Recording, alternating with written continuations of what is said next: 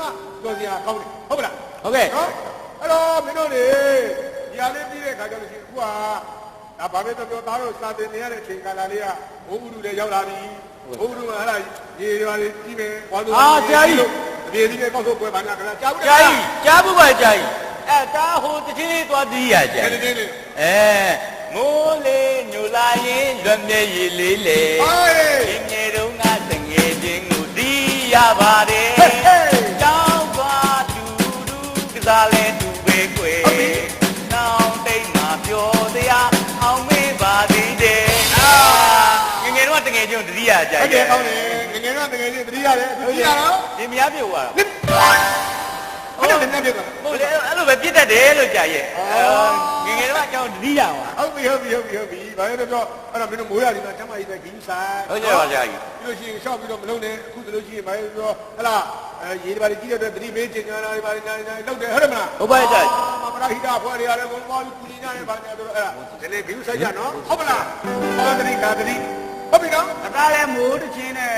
ပတ်သက်ပြီးတော့ချိုးချင်ပါ အမေကဲဆိုးပါလို့ သာဝမ်းနေရော ဟုတ်ပါပြီကဲဝမ်းနဲ့ကြကောင်းတော့ဒါဟုတ်ပါဟုတ်ပါ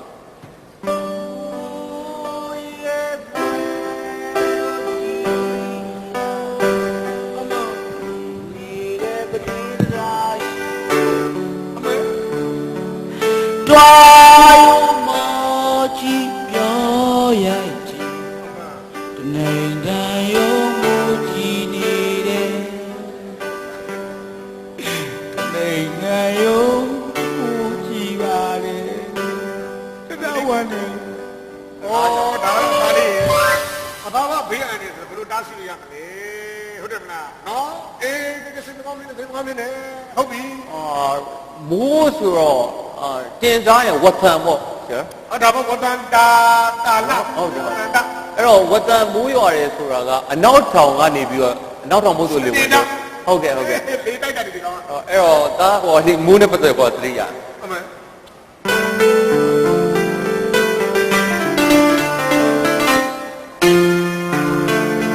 အနောက်တောင်စီကရွာမယ်အပြေမိုးတဲ့လေးနဲ့မုန်တိုင်းဖြစ်စေစစ်နဲ့နာမိုးပင်ကိုပြုတ်သွားလို့မိုက်ရိတ်ပေါင်းတောင်းလေပြိုမာလေးလာမိုးရဲ့ပြုတ်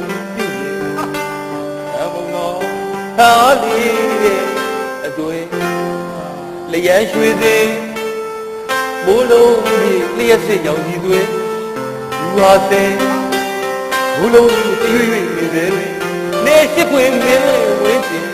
လောအောင်လို့ပဲအာနာဝေးနေလေရှိရေဒီပါရဲ့အိုမီယာမေစစ်တဲ့သူရဲ့မြေခွေ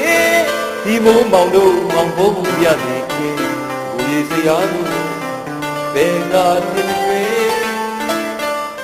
ဒီဝါဆွေနဲ့ရှင် Oh, more than me.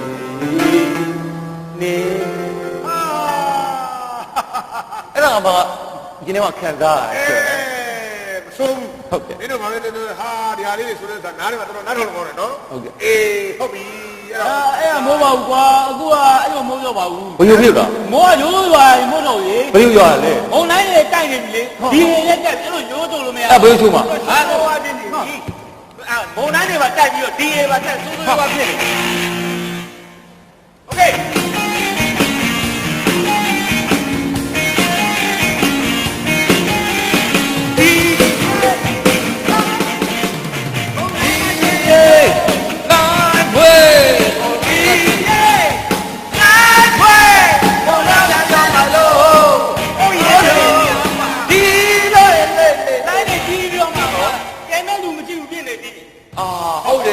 အခုဖြစ်နေတယ် ဒီမှာမင်းတို့ဘာမှမပူနဲ့မင်းတို့အခုဖြစ်နေတဲ့ပြဿနာတွေနဲ့ကြိုက်နေတဲ့သူချင်းဆရာအခုမင်းတို့ဆိုလို့ဆရာစဉ်းစားထားတာ ရှင်းကြကြီး ဒီလိုက်ပွဲပုံတိုင်းမှာဖြစ်တယ် ကြားနေလို့ ဟုတ်ရေ ဟုတ်ပါ ပူနေပူနေဆရာစဉ်းစားထားတဲ့သူချင်းလေးတစ်ဝိရှိနေတယ်နည်းနည်းလှုပ်လိုက်အဲ့ဒါ ဘာရှိဘာရှိ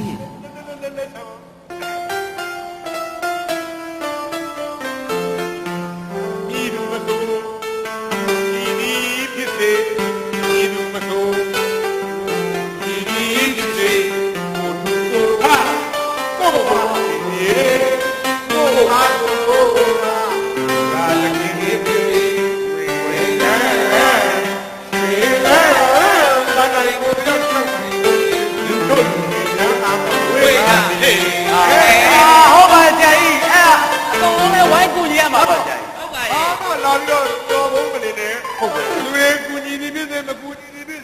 ဆိုတော့ကိုအားကိုကူရတယ်စိတ်တက်မင်းတို့လေးတွေမှာတင်းအောင်လို့ဆရာသွန်သင်နေတာ ဟုတ်ကဲ့ဟုတ်ကဲ့ဆရာဟုတ်ကဲ့ဟုတ်ကဲ့ ကိုအားကိုစီးပွားတို့ကောင်းကျိုးအစစ်စစ်ဟုတ်ပြီနော်မလားနော် ဟုတ်ကဲ့ဟုတ်ကဲ့ အဲ့တော့ဘာလဲဆိုတော့အားတပည့်တွေဒီကနေ့သင်ကြားမှုနဲ့ပတ်သက်ပြီးတော့ကြံလာပြီးဆွေးနွေးတာတွေပြောတာဆိုတာတွေသိအားရကျင်တတ်တယ်ဟုတ်ရကျင်တတ်တယ်ဟုတ်ပါလားဟုတ်ကဲ့โอเคโอเคโอเคကြာရှာကြည့်ရဟဲ့ကျောင်းသူတက်လာရင် no အကြောင်းအစ်စ်မဟုတ်ဘူး ဘာရဲ့ ဆရာမအစ်စ် ဟာဆရာမတက်လာဆရာမနော်တရားလုံးလောက်တော့မရှိဘူးတိတိ ဟာ တော့ တော့ တိတိလေးလေ ဘာပြောညာ တရားတို့ကရက်ရှိဆရာမတိတိလေးဘာပနဲ့ကြီးရရဲ့မဲဆရာမအတတ်ကြီးရနော် ဟေးဟုတ်ပြီအဲ့တော့ဆရာမ ရှင် ကလေးတွေနဲ့မိတ်ဆက်ပေးအောင်မယ် ဟုတ်ကဲ့ပါ ဒါကဆရာမအစ်စ်ကွာ ဟာ ဆရာမနာမည်ကတခြားမှတ်ထားပါ ဟုတ်ကဲ့ပါ တီချေမိုးပြစ် ဟာလာပြန်ပြီမိုးအော်ဒီတော့မိုးရတဲ့နေဒီမိုးအနေကိုမလွတ်နိုင်ပြစ်နေကျမရဲ့နာမည်ပြောင်းလိုက်ပါကျမရဲ့မိုးခေါင်လို့ပြောင်းလိုက်ပါ ဘယ်နဲ့မိုးခေါင်လို့ပြောတာလို့ ဆရာမနာမည်ကမိုးခေါင်လို့ပြောင်းရင်ဆရာကြီးနာမည်ရီချားလို့ပြောင်း ငါတို့ညောက်ကိုမိုးခေါင်ရေးရှာ မိုးခေါင်ရီချား အဲ့တော့ဆရာမ ဟုတ်ကဲ့ ဒါကဆရာမအစ်စ်ဆိုတော့ဆရာမကစသအရာရာအကုန်လုံးအားကစားရဲ့သင်္ချာရဲ့နော်အထွေထွေဘုဟုတုတ္တရဲ့ဒါတွေအကုန်လုံးမင်းတို့သင်ကြားပေးမယ် အားကစားပါလေ သင်ချ ဟုတ်ပါလားဟိုဘက်ကဒါကြောဘူး teacher ဒါက she's our teacher yes really yeah or she's too short sir ဆရာမသူ့ကိုပုံပြင်နှစ်ပုတ်ပြောပြပါ အော်ပြောပြပါဗော no teacher မဟုတ်ဘူးလား I mean too short တူးကြမလို့ပါနဲ့ကွာဝမ်းချောင်းလောက်နဲ့ပဲတင်နေလိုက်ပါ nowhere I mean ဂျပူ အမလေးပေါ့ ဆရာကြီးနော်ဆရာကြီးတောင်းတယ်ကိုကြည့်ပြောနော် ပြောတော့လေမင်းဘာသာပြန်တော့သိကျမ်းတာလေနော်ဓာတ်ရိုက်ကိုဘာသာပြန်ပြတာကြောဘူး yeah နေတော့နေမောက်ခွန်း ဆရာမဒီဟာပဲကျမကျဘူးမဟုတ်ဘူး ဘာရဲ့ တော့ ဆရာမကဆရာမရှင်ပဲလို့ခေါ်တယ် အော်ရှင်ပဲ ရှင်ပဲလေးလိုက်တာ အဲ့ဒါစံတယ်လေခဲ့တာ ဒီအားဖြင့်ပြောရလို့ရှိရင်ဆရာမဘုံဆိုင်မွန်တိုင်းမင်းရပါဆရာမ ဆရာမမြန်နမူနာပို့လိုက်တယ်လို့များရမလားကောင်းနေတွေ့ရဲ့ကဲအဲ့တော့မင်းတို့တွေဘာလို့လဲဆိုတော့ဆရာမကျွန်တော်တခုတော့ပြောပြစီ ဟုတ်ကဲ့ပြောပါ ကျောင်းသားတွေနဲ့ကျွန်တော်ကျောင်းမှာကျွန်တော်စီကန်းအင်ဂျင်ရှိပါတယ်ရောက်လာရင်တာဝန်ထမ်းဆောင်မယ်ဆိုလို့ရှိရင်ကျောင်းသားနဲ့ဆရာကြီးနော်ဟိုအရင်တော့ကတော့မျိုးကျောင်းသားတွေကိုငါပဲတင်တယ်ဆိုတာမျိုးမလုပ်ပါနဲ့ ဟောမလို့ပါဘူး ကျောင်းသားများပြန်လဲနေဝန်ထုတ်တာလဲဆရာမဖြေနေအောင်ကြိုးစားပါ ဖြေးပါမယ်ရှင်ဖြေးပါမယ် မတူပါဘူး ဟုတ်ကျမတို့ကပုဂ္ဂလိကအပြင်တောင်းဆိုတော့လေနော်ဟုတ်ပါတယ်ဟုတ်ဟုတ် ဆရာမကိုကျွန်တော်ပြရထားတဲ့တာဝန်တွေအရကျွန်တော်ပြောမယ်ဆိုဆရာမဒီအားကစားနဲ့ပတ်သက်လို့လည်းထူးချွန်တာဖြစ်တော့ဆရာမဘတ်စကတ်ဘောနဲ့ပတ်သက်လို့ဆရာမဘာလို့ထားပြပါလဲ ဒါကမအာကစားနဲ့ပတ်သက်ပြီးတော့ထူးချွန်တယ်ဟိုတသားအာကစားထူးချွန်ပါရဲ့ အော်ဟုတ်ပါ ဒါတသိရထားတာလေ အဲ့ဒီတော့ တသိရထားတာ ဘယ်ရလား ခရက်တိတဲ့တရားလေ အဲ့ဒါဘယ်ရည်တဲ့ကျေးဇူးရ အာမင်းကကြည့်ရဟလားငါဖျားရတာလား ဘယ်ပြင်လား ဘယ်ပင်လားအာဖျားရေ အေး ဘယ် ဘယ်ပြင်လား ဖျားရေဖျားဩဖလား ဖလား တနာစ အေးရစကားမသိဘူး ဟုတ်ပြီဖလားဘယ်ရရ ဘောပါကြီးကယူထားလိုက် အတူကဖလားနဲ့မှားနေပြီမင်းကဒုက္ခ teacher I'm really sportman အော် तू ကစာဖို့မင်း no teacher sportman အားကစားသမားပြော အော်အားကစားသမား yes sportman ရောဟုတ်ပြီ teacher sea games ဆိုတာသိလား စီဂိတ်ဘာလဲစီဂိတ် sea games ဆိုတာရှူပေါက်ပြန်ပွဲချာ ဘယ်နဲ့စီဂိတ်ဆိုတာရှူရှူပေါက်ကြိုင်ပွဲရပါတော့ ဒါပြီးရင် e game ဆိုတာလုံးဝချာ အမလေးဘယ်နဲ့ဤဂိတ်ဒုက္ခ ဒါကဘာမှလည်းသိရတယ်မဟုတ်ကြောက်ပြောနေတာဒါမှတကယ်အာကစားကိုလက်တွေ့လုပ်ပြမယ်ကြာကြီးနော်ဒါအာကစားကိုကျွမ်းပါရဲ့အကုန်လိုက်လို့ပါလက်တွေပဲစမ်းလက်တွေလဲစုအပေါ်ပစ် အဲ့ဒါဘာလို့လဲ ဘောမနီးပါတရားကြီးဟုတ်လေဟိုဘတ်စကက်ဘောမရဲ့နီးပါတရားကြီး အော်ဘတ်စကတ်ဘောကို lift လုပ်ရတာ ဟုတ်ပါကြိုက် ဟုတ်ပြီ ဘောမနီးပါ ဟုတ်ပြီဆရာမဘတ်စကတ်ဘောဆိုလို့ကျွန်တော်သွားတတိရတယ် ဟုတ်ကဲ့ဗျာ တာဝန်ပေးထားရတယ်ခုနကပြောတဲ့ ဘတ်စကတ်ဘောနဲ့ပတ်သက်လို့ဆီယာမဘာလုပ်ပြီးပြီလို့ ဟိုလေနည်းနည်းနည်းနည်းပဲလို့ပါလေ ဘာလုပ်ထားလဲဘတ်စကတ်ဘောကို အော်ချင်းနေတဲ့ထားရလေ ဟာဘတ်စကတ်ဘော ဘတ်စကတ်ပဲချင်းနေတဲ့ထားရဟုတ် ဒီချာ ချင်း ရှင်းနေတာဟုတ်ပြီ ဘတ်စကတ်ဘောကို ချင်းနေတဲ့ထားရ ဘတ်စကတ်ဘောကိုချင်းနဲ့ထည့်ထားတယ် ဟုတ်တယ်လေ အဲ့တော့ကျတော့ဗော်လီဘောကျတော့ဗော်လီရဲ့ထည့်ထားပါတော့ ဟာရှိုင်း ဘာလို့ အဲ့ဆိုတနာဗောလီဘောရင်ကြားမယ်အရေးမှာ တော့ရတယ်နော် ကျိုင်အဲ့ဆိုရင်ဘတ်စကတ်ဘောကချင်းနေတဲ့ဗောလီဘောကဗောလီရဲ့တဲ့ဆိုဖိုက်တင်းဘောကြောင့်ပဲတဲ့လေကျိုင် ဖိုက်တင်းဘောကျတော့ဂျိုင်းနေနေတာလား အော်ဟုတ်ကဲ့ဟုတ်ကဲ့ ဒိတ်ကမိုင်းဒီလိုလေးနဲ့ထုတ်သွားတာ ဟုတ်ကဲ့ပါကျိုင် လာပဲနော်ထုတ်ခါပါပဲနော်ကဲအဲ့တော့ဟုတ်ပြီဘာလဲလို့မလို့ရောဘတ်စကတ်ဘောလေးဘောလီဘောဘာလို့ရှောက်ရေးနေတာလို့ဘာလို့ရေးတာလဲ ဒါကဘတ်စကတ်ဘောက ရချာ ချင်းနေတဲ့အားလား ဘုဘက ဘော ဘာ လီဘောကဘောလီရဲ့တဲ့လား ရချာ he try he ထုတ် try ခါပါပဲကွာဒီကောင်ကမင်းရတယ်အတုမြင်မင်းရတယ်အတတ်တင်မင်းကသူလုံးတဲ့ကောင်ပဲ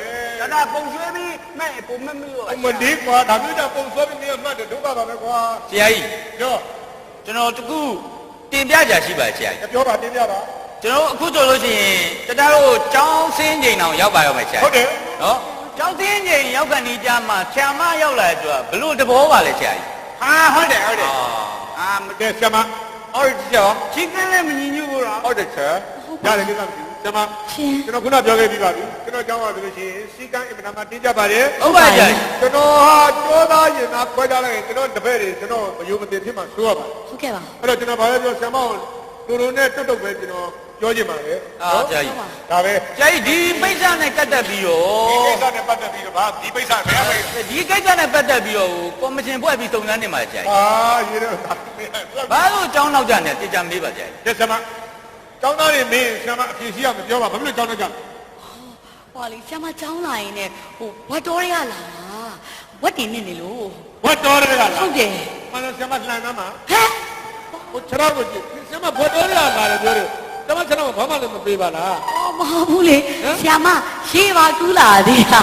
ဝတ်တော်ရပြီးတော့ရေကူးလာတယ် ရေကူးလာတော့ဘတ်တင်မရှိတော့ဘူးဩဆရာမဘောမပါဘယ်လိုရေကူးရဲ့ ဟမ် ဟိုလေဟိုအတက်ကဘောမပါပဲနဲ့ဘလို့လာလဲ ဟောမ ဟဲ့ဒီကချင်းနေနေတယ်ဘာရဲ့ဆရာမဘောမပါပဲနဲ့ဘာလို့ရရဲတိရမကြည့်ဘူးလေမင်းကမပါဘူးလို့ထင်ရတာမပါဘူးဒီကကြည့်ရဒါပါရဲ့ဟောဘိုးဘောပါဟုတ်တယ်တသားလုံးနဲ့ကြီးရနော်မင်းလည်းထားယူရင်တော့မှဝိလို့ရသေးတယ်အမ် ငါတို့ပြောနေတာလို့မင်းတို့ကလည်းဒုက္ခပါပဲကဲဆရာမ ပါတယ် ဆရာမတခုတော့ရှိတယ်ကလေးတွေကဒီလိုပြောလာပြီဆိုရင်ဆရာမစဉ်းစဉ်းကြီးနေပါ ဟုတ်ကဲ့ဒီတော့ထုံးပါပါကြာ နေမယ်ဆိုရင်ကျွန်တော်ကျောင်းမှာအလုံးလုံးမယ်ဆိုရင်ကျွန်တော်စီကံနဲ့အညီနေပါထိုင်ပါပြုမှုကျင့်ကြံပြောဆိုပါ ဟုတ်ကဲ့ပါ နောက်တစ်ခါဒါမျိုးဖြစ်မယ်ဆိုရင်ဆရာမကိုကျွန်တော်ခုချက်ချင်းကျောင်းကနေပြီးတော့ထုတ်ပြရပါမယ် ဒီကြထုံးပါပါကြာကြီး ဟုတ်ကဲ့ပါ ကဲ ဒါကိုကျောင်းချင်းလို့ရပြီကြာ ကျောင်းစင်းလို့ရပြီ ဟုတ်ကဲ့ ဒီလိုသွားကြတော့ ရက်စာ နော် ဟုတ်ကဲ့ ဟုတ်ပြီနော် ဟုတ်ကဲ့ပါကြာကျောင်းချင်းပါပြီဆရာကြီး ဟောဆရာမ ရှင် ကျွန်တော်ပြပြလာလာပြောမယ် ဟုတ်ကဲ့ ဆ ပါ ရာမဒါပထမဆုံးအချိန်နဲ့နောက်ဆုံးအချိန်ဖြစ်ပါလိမ့် ဟုတ်ကဲ့ပါ ဒါရေးအင်းရှာရှူပါကြာကြီး သူနေတယ်ကွာသူနေတယ်နော်နောက်တစ်ခါဒီလိုမျိုးပုံစံမျိုးကျွန်တော်မြင်ကြည့်ဘူးဟုတ်ကဲ့ကျွန်တော်ဆင်ခြင်မပေးပါ ဂိုင်း teacher တောင်းချင်ပြီနော် Okay you should go back okay teacher ချူနော် အမနောက်ကို တော်တော်ကြီးတော့မခေါ်ရဘူး နော်ဟုတ်ပါပြီနောက်ကိုကျောင်းမှာဟာပြီတယ်ကြာပြီတယ်ပြောတယ်တော့မလို့ကြားလား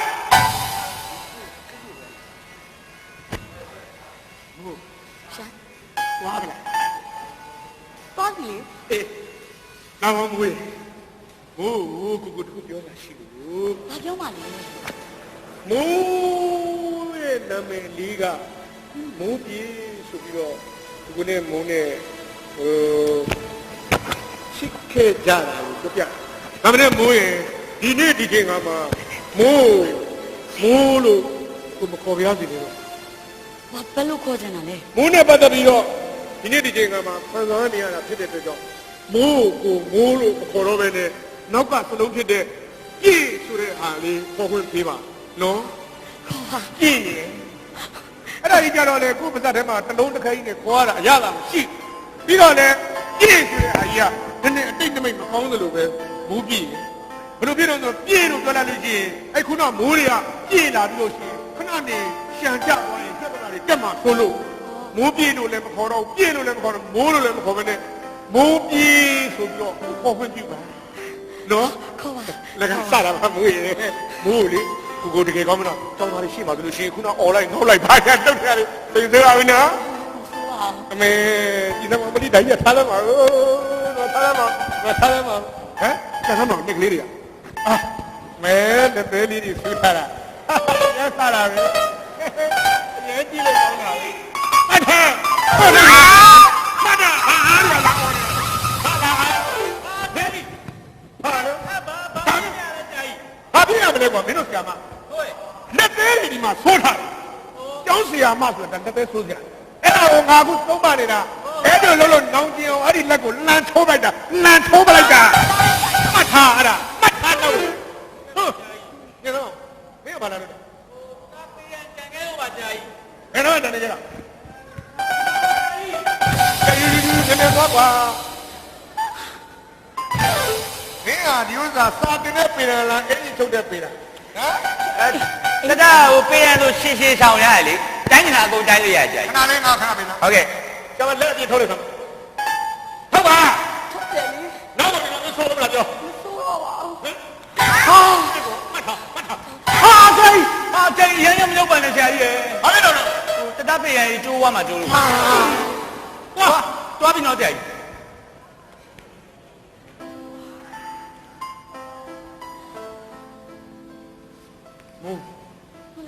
မူရွာမယ်ဆိုယုံလေးဟာထပါတော့သူကျောင်းသားချိတ်မှာသွားပြီးလက်ကလေးကိုလူလေးကနာဝါလာဟင်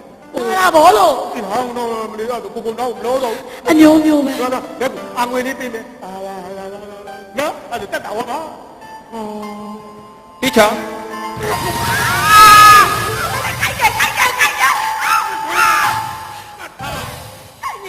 တိချာဘိုက်စားလို့လားအဲ့ဒါဟိုတိချာလက်စားနေတယ်ဒီတော့လက်စားတဲ့ဆရာနဲ့ငါမပါဘူးနော်တို့ဆရာမလက်ကိုကြားနေလို့လက်စားတာပြောတာဟုတ်လက်စားတာကိုနော်မင်းတို့ဆရာမစေးမရှိကမ်းမရှိလှုပ်လို့မလောက်သားလောက်ပြောအဲ့လက်ကိုပြတ်ပေါအောင်ကတ်ပြစ်ဟောတိချာဟောတကယ်ကြိုက်တာပဲတိချာချောင်းချက်ကိုရှေ့ထိုးတော့ထိုးမှာဘောလို့ဒီမှာခွေးယူပြန်တယ်ဆိုတော့ပိတ်ချက်ဖို့ကောင်းဟုတ်14လုံးထိုးတယ်ဟဲ့လာငါလည်းလာမပါလာလို့ဟိုရှာင်းနာဘူးဟဲ့ကဟုတ်တော့ပေါ့တောက်ပြီးတော့ပေါက်ရတယ်ပြောတယ်ဟင်ဟဲ့ငါရှာင်းနာဘူးဟိုရှာင်းဟိုက black book အောက်မှာတကနာဖြူရနာဘူးကြံနေအဲ့ဒါများကွာတကွာ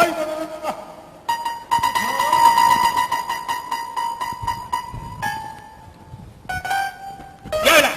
ရဘာလို့လက်မရှားနဲ့နော်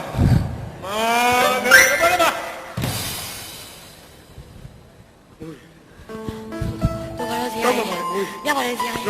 နော်တော့မျက်လုံးလေးခဏမိတ်လိုက်တော့ဆရာမျက်လုံးလေးမိတ်ရမျက်လုံးလေးခဏမိတ်ထားလိုက်တက်အများပြောမှာပေါ့ဘာဖြစ်လို့လဲဘာပြောမှာဆရာမျက်စိမိတ်သွားပြီဆိုပြောမှာပေါ့လို့ကြည်နဲ့ဒီမိတ်လိုက်ပါခဏလေးမိတ်လိုက်မိတ်ရမယ်ဘာရင်းလို့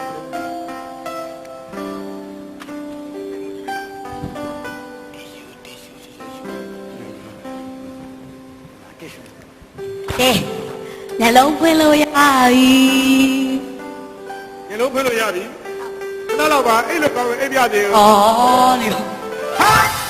ဒီဥစ္စာတော့မလုပ်တာလေဒါကအခုရက်လည်းနေဩ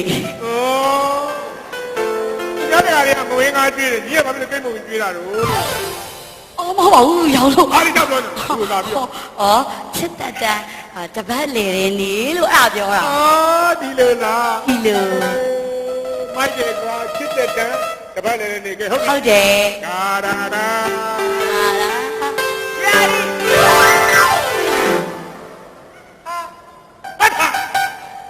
ရာဒါတောင်းတယ်မခေါ်တာပဲခင်ဗျအဲ့ဒါဘာဖြစ်ရလဲဒီကမရှိမလို့ငါမတိုက်ဘူးခင်ဗျခိုးကြလားမင်းကဘာကောင်းနေလားအတန်းထဲမှာကျောင်းမန်းထဲမှာမုံခိုးစားတယ်မတွေ့လားကျမကြီးနှာခေါင်းနဲ့စားတယ်ဟင်ခင်ဗျ ညဘကောင်ကျမတနာပါတောက်လိုက်ပါကျမတေးတာတောက်လိုက်ပါကျမ သုံးပါပဲဘယ်လေသူတို့တိတ်တက်ကြပြေရောပါပဲ အမေချိုးရတေးတာတောက်ပါကျမရဲ့ တေးတာသားရဲ့တေးတာသားလေးရဲ့ပြပြလေးလိုက်တာပြန်ပြောင်းလေအိမ်နာရယူလာပါကျမ ပါ မင်းချောင်းရမချောင်းအောင် ယူလာခဲ့ပါကိုပြင်းနဲ့ကိုပဲနေနော် လာပြီ လာမခွဲကြအောင်နားလေပါမင်းပါလာလို့တော့ ချိုးတယ် ဟာထိုးတယ်မင်းပါလာလို့တာတော့လို့ တရာရဲ့အဲ့ဒီကြံမျိုးဟာကြာရဲ့ ဟိုမ တရာအဲ့ဒီကြံမျိုးတရာအဲ့ရဲမှာတယ်လီဖုန်းရှိတယ် ဟဲ့တော့အဲ့ဒီဖုန်းနဲ့ငါတို့ကိုတောင်ရိုက်မြောက်ရိုက်တွေရိုက်ပြီးမင်းတို့ကောင်တွေပြီးလို့ချင်းဖိချမောက်တောင်းတွေမှာမင်းလုံးမှာဖလား တရာရိုက်မလို့ကြည့်တော့မှကြံခဲ့မှန်းသိရ မင်းတို့ရိုက်ရတယ်က ရိုက်တယ်ဦး အဲ့ဒါဆိုမင်းဟောပါမယ်နော် တရာရိုက်ကြလိုက်မယ် သွားပြီးမလား တရာကြားခြင်း ဘာနေသားမှာကွာအရေးတော့ ရေပုံနဲ့နေပြီ ကွာနောက်မှသွားဟဲ့လား တရာကြား သွားပါ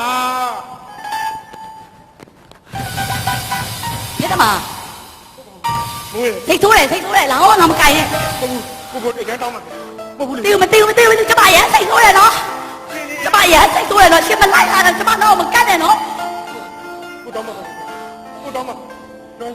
အဲ့လိုမျိုးတိတ်ကမဆိုးလို့တကယ်အဲ့လိုမျိုး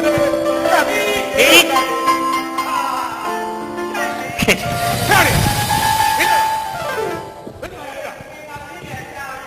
မင်းတို့ငါ့ကိုပြင်မသာပြင်းနေတာကြားပြီဟမ်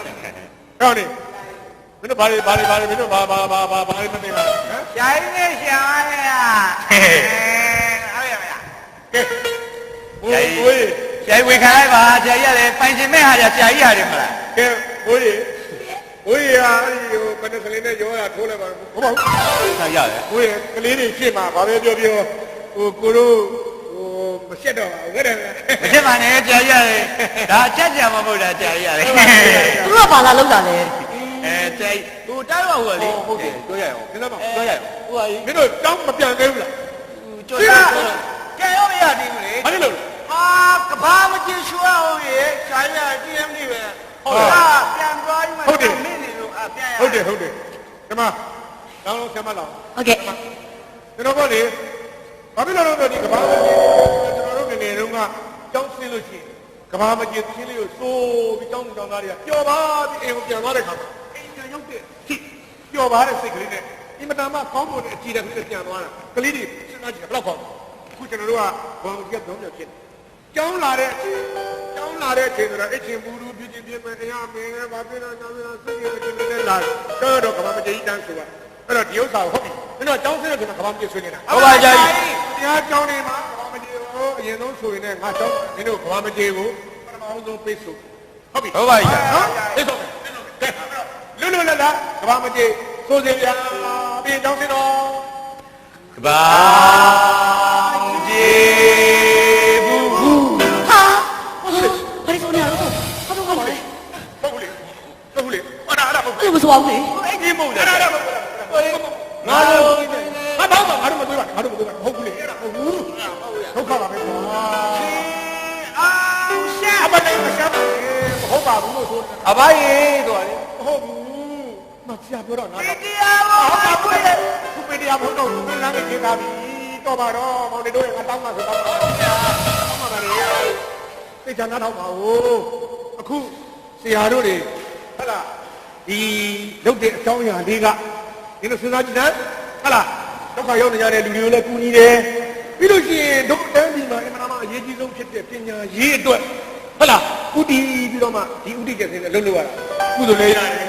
နော်ဟာမတော့ပြီးမှကြည်လို့ကြကောင်းလို့စဉ်းစားကြည့်တယ်အဲ့တော့ဘာပဲပြောလိုအပ်နေတဲ့နေရာတွေမှာဖြည့်ဆည်းပေးဖို့အတွက်မှာဆရာတို့ကတာဝန်ရှိတယ်ဟုတ်တယ်မလားစဉ်းစားကြည့်အဲ့တော့ဘာပဲပြောကြောက်နေတယ်မင်းတို့ကဘာမကြည့်ထူတဲ့နေရာမှာအားလုံးတိုင်းတိုင်းလည်းပါမယ်ဟလာဒီလိုအပ်နေတဲ့ပြည်စည်းမှုတွေနဲ့စီးစီးလုံးညီညွတ်တဲ့ချင်းဖြစ်တဲ့ဘာမှကြိုးဆိုစေချင်တာဟုတ်ပါလားတတ်မှတ်တမ်းတင်ထားမယ်နော်ဟာလေးကတတ်ဟလာအဲ့တော့ဘာပဲပြောတို့ဒီဟာလေးကတော့လိုအပ်တဲ့နေရာတွေကိုလိုအပ်တယ်လို့သုံးမယ်မလိုအပ်တဲ့ဟာတွေကိုမလိုအပ်တဲ့နေရာကိုချစ်ပြစ်ပါဟုတ်ပါလား ဟုတ်ကဲ့ပါကြာကြီး ဒီနေ့မှမရမယ်နော် ဘလိုအပ်တဲ့ညာကိုချင်းပြပါ ချင်းပြပါ လိုအပ်တဲ့နေရာမှာအသုံးပြုရမယ်အဲ့ဒီကဘယ်လိုအသုံးပြုမလဲပြောပြောပါပါစီးစီးလုံးလုံးညီညီညွတ်ညွတ်နဲ့အသုံးပြုရ သုံးပြပါ ဟုတ်လား ဟုတ်လားဆရာ နိုင်ငံလုံးကိုပူစားပြုတဲ့ကဘာမကျင်ချင်းလေးတွေ ပြီးပါ ဆွေးနေပြီလို့တွေကောင်းကောင်းလေးစိတ်ပြီးကြောပါအိမ်ကြမယ် ဟုတ်ကဲ့ပါဗျာ โอเค တရားမြတ်တာလွတ်လပ်သွေးနဲ့တွေဒုဖြေဒုမြေရာဟုရတဲ့အိမ်ရဲ့စေဝိတုညီညာဝါဒပြုစေနဲ့နေဒုဖြေဒုမြေဤရာဟုဝေမြေတီရန်စေဒိဋ္ဌံပြုပေထေတေဆိုလေဘာတိဘာပိသောဘောမွေတိမို့စီပြန်လို့ပေဘာတိဘာပိသောဘောမွေတိမို့စီပြန်လို့ပေဒီတော်စုကိုအသက်ပေးလို့တို့ကဝယ်လေသာတို့ပြေသာတို့ပြေတို့ပိုင်ရဲ့ပြေတို့ပြေတို့ပြေတို့ရောဤကြသွားတို့တွေထမ်းဆောင်ပါတို့လေတို့တော်ဝေအိုးကြယေ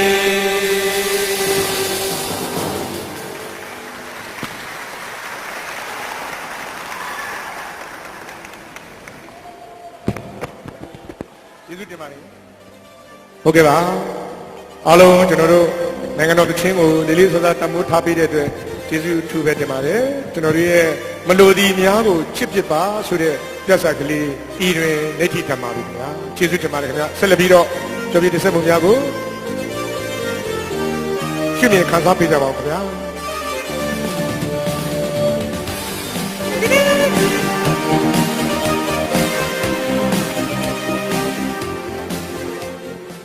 ဒီရနေပြောတာ